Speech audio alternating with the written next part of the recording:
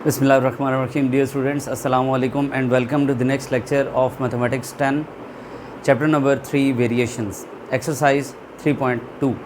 देखिए आज के इस टॉपिक में हमने डायरेक्ट वेरिएशंस को डिस्कस करना है। तो देखिए कि ये वर्ड वेरिएशंस जो है ये साइंस की मुख्तलिफ़ फील्ड्स में अक्सर यूज़ करते रहते हैं। मसलन फ़िज़िक्स में आप यूज़ करते हैं या केमिस्ट्री में आप यूज़ करते हैं। मिसाल के तौर पर आप कहते हैं कि जी जब हम किसी गैस के टेम्परेचर को राइज़ करते हैं तो उसका वॉल्यूम पर क्या इफ़ेक्ट पड़ेगा।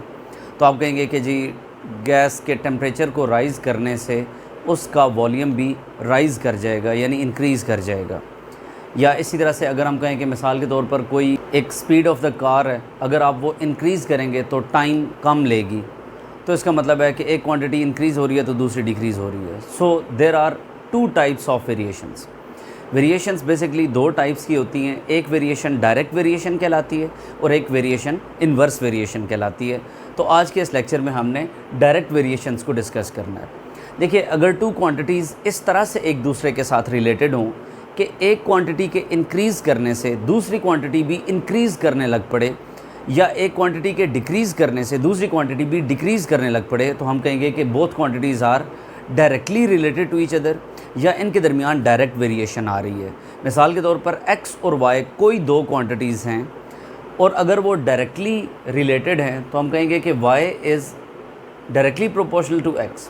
इस साइन को प्रोपोर्शनैलिटी साइन या साइन ऑफ प्रोपोर्शनैलिटी या साइन ऑफ वेरिएशन कहते हैं। अब ये साइन जब हटाया जाता है, साइन ऑफ प्रोपोर्शनैलिटी और साइन ऑफ इक्वलिटी लगाया जाता है, तो एक प्रोपोर्शनैलिटी कांस्टेंट k लगा दिया जाता है मल्टीप्लाइड बाय x। तो अगर आप इस वैल्यू ऑफ k को फाइंड आउट करना चाहो तो आप y बाई x कर दोगे तो आपको वैल्यू ऑफ k मिल जाएगी, जो कि एक नॉन ज़ीरो कांस्टेंट होता है।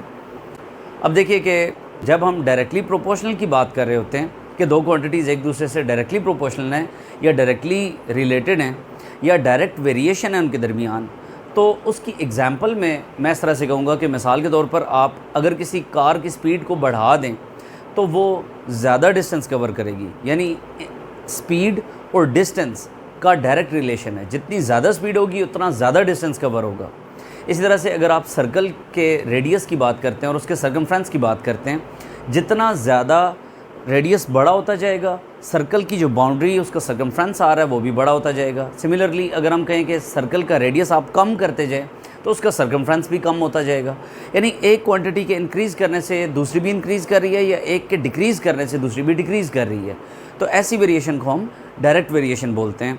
अब हम इसके रिलेटेड डिफरेंट क्वेश्चंस को एक्सरसाइज 3.2 में स्टार्ट करते हैं। तो अब आप देखिए एक्सरसाइज 3.2 क्वेश्चन नंबर 1 आपको दिया गया है कि if y varies directly as x and y is 8 when x is 2 then find y in terms of x, y when x is 5 and x when y is 28। देखिए अब ये x और y क्या है। पर्टिकुलरली आप अगर chemistry में या फिज़िक्स में या किसी भी और ब्रांच ऑफ साइंस में आप देख रहे होंगे तो x और y को पर्टिकुलरली कोई ना कोई वैल्यूज़ असाइन की जाएंगी। मसलन x ओवर्स हैं, y रन्स हैं। मिसाल के तौर पर x जो है वो रेडियस है, y सर्कमफ्रेंस है। मिसाल के तौर पर एक क्वांटिटी कोई भी गैस का टेम्परेचर हो सकता है, दूसरा प्रेशर हो सकता है, एक वॉल्यूम हो सकता है, दूसरा टेम्परेचर हो सकता है। तो यहाँ पर हम जनरली x और y कह रहे हैं और पर्टिकुलरली कोई वॉल्यूम या गैस का टेम्परेचर या उसका प्रेशर या कोई आप क्वांटिटीज़ ले सकते हैं डेली लाइफ के अंदर। तो अभी यहाँ पर सिर्फ डायरेक्ट वेरिएशन को डिस्कस करने के लिए आपको सिर्फ इतना पता होना चाहिए कि जब वो कह रहा है कि y varies directly as x, तो इसका मतलब हुआ कि y is directly proportional to x। ये फर्स्ट पार्ट का सॉल्यूशन है। यानी आप जब ये देख रहे हैं कि y varies directly as x तो आप ये चीज़ यूज़ करेंगे। उसके बाद आप साइन ऑफ प्रोपोर्शनैलिटी को हटा के प्रोपोर्शनैलिटी कांस्टेंट k लगाओगे और y equal to k x लिख दोगे। अब उसने जब आपसे कहा जी find y in terms of x, तो आपने y in terms of x ये फाइंड आउट कर लिया। लेकिन अब इसमें k अननोन है। जब तक k नहीं आता तो तब तक आपने y in terms of x exactly find out नहीं किया। उसने आपको एक्स्ट्रा इन्फॉर्मेशन दी है कि when x is 2 then y is 8। तो आप ये पुट कर दो कि सिंस इट इज़ गिवन के y 8 है जब x 2 होता है, ये जब दोनों दे दे x और y तो याद रखिए कि वो सिर्फ इसलिए दे रहा है ताकि आप k की वैल्यू को फाइंड आउट कर सकें। तो हम इन दो वैल्यूज़ को यहाँ पर पुट करते हैं। 8 इक्वल्स टू के इंटू एक्स की जगह पर 2 आ जाएगा, और 2 क्योंकि के से मल्टीप्लाई हो रहा है तो इधर आगे डिवाइड हो जाएगा। तो 8/2 इज़ इक्वल टू के, यानी वैल्यू ऑफ के आपके पास 4 आ रही है। अगर आप इसको फर्स्ट इक्वेशन का नाम दो तो आप यहाँ पर पुट के इक्वल्स टू 4 कह सकते हो जी। Put k equals to 4 in equation number 1, तो आपके पास ये फॉर्म आ जाएगी y is equal to 4x। ये आपने फर्स्ट पार्ट कंप्लीट कर लिया कि जी find y in terms of x। तो आपने y in terms of x ये फाइंड आउट कर लिया। अब आप इसी relation y equal to 4x को यूज़ करोगे, और वो कहता है जी y को फाइंड करें जब x 5 होगा।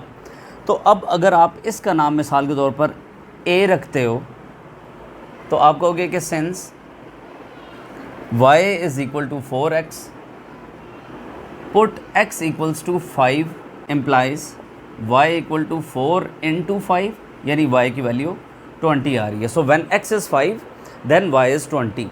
अब अगर आप इस थर्ड पार्ट को देखो तो आपने x फाइंड आउट करना है जबकि y आपको 28 गिवन है। तो जैसा कि आपने रिलेशन वहाँ पर ये डिराइव किया कि y इक्वल है 4x के, तो आपने यही रिलेशन यूज़ किया। इसमें अब आप y की वैल्यू 28 पुट करके value of x find out कर लो, तो आपके पास 28 इज़ इक्वल टू 4x आ रहा है, और 4 इधर आकर डिवाइड होगा तो 28 डिवाइडेड बाय 4 आंसर x आ रहा है, और x की वैल्यू इस तरह से आपके पास 7 आ रही है। So when y is 28 then x is 7, and when x is 5 then y is 20। तो इस तरह से आपने क्वेश्चन नंबर 1 को कंप्लीट किया, जिसमें डायरेक्ट वेरिएशंस इन्वॉल्व हो रही थी। मूव करते हैं इस एक्सरसाइज के नेक्स्ट क्वेश्चन की जानिब। देखिए क्वेश्चन नंबर 2 बिल्कुल वैसे ही है जैसे क्वेश्चन नंबर 1 किया था, आप उसको ट्राई करेंगे। क्वेश्चन नंबर 3 पर आते हैं। देखिए कहता है r इज़, इस साइन का मतलब क्या है? Directly proportional. r is directly proportional to t and r is 5 when t is 8। यहाँ तक की जो भी इंफॉर्मेशन होती है, जब r और t जितने भी वेरिएबल्स आ रहे हो वो इकट्ठे जब आप उसको वो आपको इनकी वैल्यूज़ प्रोवाइड कर दे, तो याद रखिए वो सिर्फ इसलिए दे रहा होता है ताकि आप वैल्यू ऑफ k को फाइंड कर सकें, यानी कांस्टेंट ऑफ प्रोपोर्शनैलिटी को फाइंड आउट कर सकें। फिर उसके बाद जो कहता है ना find equation connecting r and t, वो आप k की वैल्यू फाइंड आउट करने के बाद इसमें पुट करोगे तो आपको वो इक्वेशन मिल जाएगी जिसमें r और t एक दूसरे के साथ कनेक्ट हो रहे हैं और वैल्यू ऑफ k आपने फाइंड आउट करके पुट कर दी हुई है। उसके बाद जब आपसे वो कहे कि जी also find r when t is 64 and t when r is 20, तो फिर आप उसके ऑनवर्ड्स एक दफ़ा r को अननोन करके t फाइंड कर लोगे, और एक दफ़ा t को अननोन करके r को फाइंड आउट कर लोगे। तो आप सबसे पहले तो ये देखिए कि जो इसने आपको इन्फॉर्मेशन दी है कि r डायरेक्टली प्रोपोर्शनल है t के, तो आप इस इन्फॉर्मेशन को लिख दें कि r is directly proportional to t। उसके बाद आप प्रोपोर्शनैलिटी साइन को हटाएं, इक्वालिटी साइन लगाएं तो कांस्टेंट ऑफ प्रोपोर्शनैलिटी आएगा, और आप जानते हैं कि ये r is equal to k T equation बन रही होगी, और आप इसको इधर आकर डिवाइड कर देंगे तो r by t is equal to k आ जाएगा। r की वैल्यू 5 है जब t की वैल्यू 8 है, तो आप यहाँ पर पुट कर दें r is equal to 5 when t is equal to 8। तो r की वैल्यू मैं यहाँ पर 5 पुट कर रहा हूँ और t की वैल्यू 8 पुट कर रहा हूँ, तो आपके पास वैल्यू ऑफ k ये आ रही है। अब अगर मैं इसको इस इक्वेशन में उठाकर पुट कर दूँ तो मैं लिखूँगा put k is equal to 5/8 in first equation, तो आपके पास ये r की वैल्यू आ रही है 5/8t। आप इसको कोई इक्वेशन नंबर a का नाम दे सकते हो या कोई और अपनी मर्ज़ी से नाम दे सकते हो। ये तो हमने वो फाइंड आउट कर लिया पार्ट की जिसमें कहता है find the equation connecting r and t। So this is the required equation which connects r and t। अब उसके बाद कहता है also find r when t is unknown and t when r is unknown. तो एक एक करके एक दफ़ा t अननोन करें, r की वैल्यू आ जाएगी, r अननोन करें, t की वैल्यू आ जाएगी। तो हम इसमें a में पुट करते हैं। तो अब हम लिखते हैं यहाँ पर कि put t is equal to 64 in equation a to find r को फाइंड आउट करने के लिए t की वैल्यू 64 पुट करें इस इक्वेशन में, तो आपके पास देखिए क्या आएगा, r इज़ इक्वल टू 5/8, जबकि इस t की जगह t की वैल्यू 64 आ जाएगी। तो 8 1 ज़ार और 8 ज़ार आएगा, और r की वैल्यू 5 8 ज़ार 40 आ जाएगी। So when t is 64 then r is 40। आप ये लिख भी दें। सो व्हेन, यहाँ पर आप ये भी मेंशन साथ कर दें कि which is the required relation, यानी r और t को कनेक्ट करने वाली जो इक्वेशन है ये हमने ये बना दी। अच्छा, अब इसके बाद देखिए कि वो कहता है कि जब R 20 होगा तो तब बताओ T क्या होगा। तो हम लिखते हैं कि put R is equal to 20 in equation A to find T। इसने कहा R 20 हो, बताइए T क्या होगा। तो हम कहते हैं R 20 को पुट कर देते हैं A इक्वेशन में ताकि हमें वैल्यू ऑफ T मिल सके। तो आप ये देखिए कि मैंने R की जगह 20 पुट कर दिया, 5/8 इंटू टी कर दिया। ये 8 इस तरफ और ये 5 इस तरफ आ जाएगा। तो आप लिखेंगे 20 multiplied by 8 divided by 5 is equal to t. अब 5 1 ज़ार और 5 कितने ज़ार, 4 ज़ार 20। टी की वैल्यू आपके पास 8 4 ज़ार 32 आ रही है। तो आप ये लिख देंगे, सिंपल सा क्वेश्चन है कि जी when R is 20 then T is 32। इस तरह करके हमने क्वेश्चन नंबर 3 को कंप्लीट कर लिया। आई थिंक आपको ये समझ आ रहा है। मूव करते हैं क्वेश्चन नंबर 4 की जानिब। देखिए क्वेश्चन नंबर 4 में आपको R directly proportional to t square दिया हुआ है। आप इसको R is equal to k t square कह दोगे। अब मैंने आपको बताया हुआ है R और T जब वो इकट्ठे देता है तो फिर वो इसलिए दे रहा होता है ताकि आप वैल्यू ऑफ के को फाइंड आउट कर सकें। तो आप लिख देंगे put R is equal to 8 when T is equal to 3 to find value of k की वैल्यू को फाइंड आउट करने के लिए R को 8 और T को 3 पुट कर दें। तो हम यही कर देते हैं कि यहाँ पर 3 का स्क्वायर आ जाएगा। 8 इज़ इक्वल टू के इंटू 9 और 9 इधर आकर डिवाइड हो जाएगा। तो 8/9 यानी वैल्यू ऑफ के आपके पास आ रही है 8/9। अब आप इस वैल्यू ऑफ के 8/9 को इस जगह पर पुट करो तो आपके पास R is equal to 8/9 t square ये रिलेशन आ जाएगा जो कि कनेक्ट कर रहा है R को और T को। अब आपसे कहता है find R when T is 6। तो आप लिख देंगे put T is equal to 6 to find value of R in A। देखिए आप इसका नाम A इक्वेशन रख दें तो आप A में इसको पुट करवा देंगे। तो अब आप ये देखिए कि R ऐसे ही रहेगा, 8/9 ऐसे ही रहेगा और वैल्यू ऑफ T जो है वो 6 है और 6 का स्क्वायर लेना है क्योंकि यहाँ पर स्क्वायर आ रहा है। तो 8/9 तो ऐसे ही आएगा और 6 का स्क्वायर 36 होता है। 9 1 ज़ार 9 4 ज़ार 8 4 ज़ार 32 आ रहा है। सो अगेन R की वैल्यू आपके पास 32 आ रही है। आई थिंक आपको क्वेश्चन नंबर 4 भी समझ आ रहा है। मूव करते हैं नेक्स्ट पार्ट्स की जाने। देखिए क्वेश्चन नंबर 5 में आपसे कहता है V is directly proportional to R cube and V is 5 and R is 3। इस इन्फॉर्मेशन को लेकर आप value of k find out करोगे और फिर आपसे कहता है find R when V is 625। तो अब देखिए कि हम यहाँ पर गिवन रिलेशन पुट करते हैं। V is directly proportional to R cube which implies V is equal to k R cube.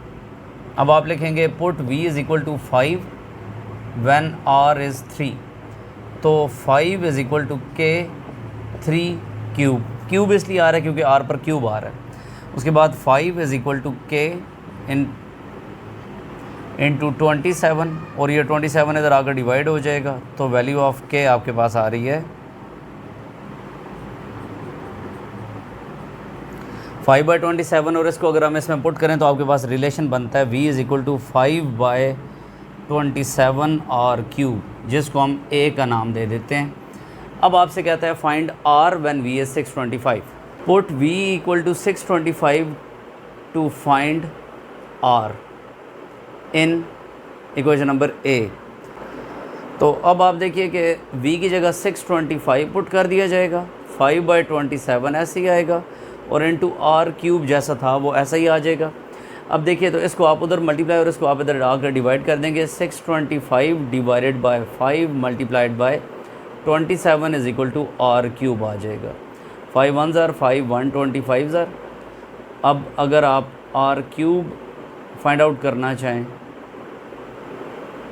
तो आप बोथ साइड्स पर क्यूब रूट ले लेंगे। आपको इसका क्यूब रूट 5 मिल रहा है और इसका क्यूब रूट 3 मिल रहा है। तो आपको वैल्यू ऑफ R 15 मिल जाएगी। अगर आप डायरेक्टली भी फाइंड आउट करना चाहते हैं तो आप इन दोनों को मल्टीप्लाई कर दें, बोथ साइड पर क्यूब रूट ले लें, आपको वैल्यू ऑफ R 15 मिल जाएगी। तो हम लिख देंगे कि when V is 625 then R is 15। I think आपको ये क्लियर हो रहा है। क्वेश्चन नंबर 6 में आपसे कहता है if W varies directly as U cube and W is 81 when U is 3, find W when U is 5। बिल्कुल वैसे ही होगा, आप लिख देंगे W is directly proportional to U cube, W is equal to K U cube, when W is 81 then U is 3, cube की जगह cube आ जाएगा, 81 डिवाइडेड बाई 3 का क्यूब 27 होता है, वैल्यू ऑफ के आपके पास 3 आ रही है। रिलेशन जो आपके पास बनेगा जी वो है W is equal to 3U cube. अब अगर हम यहाँ पर लिख दें put U is equal to 5 in first equation to find W, तो ऐसा भी किया जा सकता है। W इज़ इक्वल टू 3, 5 का क्यूब, 3 इंटू ये 125 आ जाएगा और ये आपके पास आ जाएगा 375। तो आप लिख देंगे कि when U is 5 then W is 375। तो इसी के साथ हमारा ये लेक्चर कंप्लीट होता है। आई थिंक आपको ये तमाम क्वेश्चंस क्लियर हो रहे होंगे डायरेक्ट वेरिएशंस के ऊपर। आने वाले लेक्चर में हम इन्वर्स वेरिएशन के ऊपर डिस्कशन करेंगे और इस एक्सरसाइज को एंड करेंगे। So keep watching this channel. Thank you so much for watching. Take care. अल्लाह हाफिज़।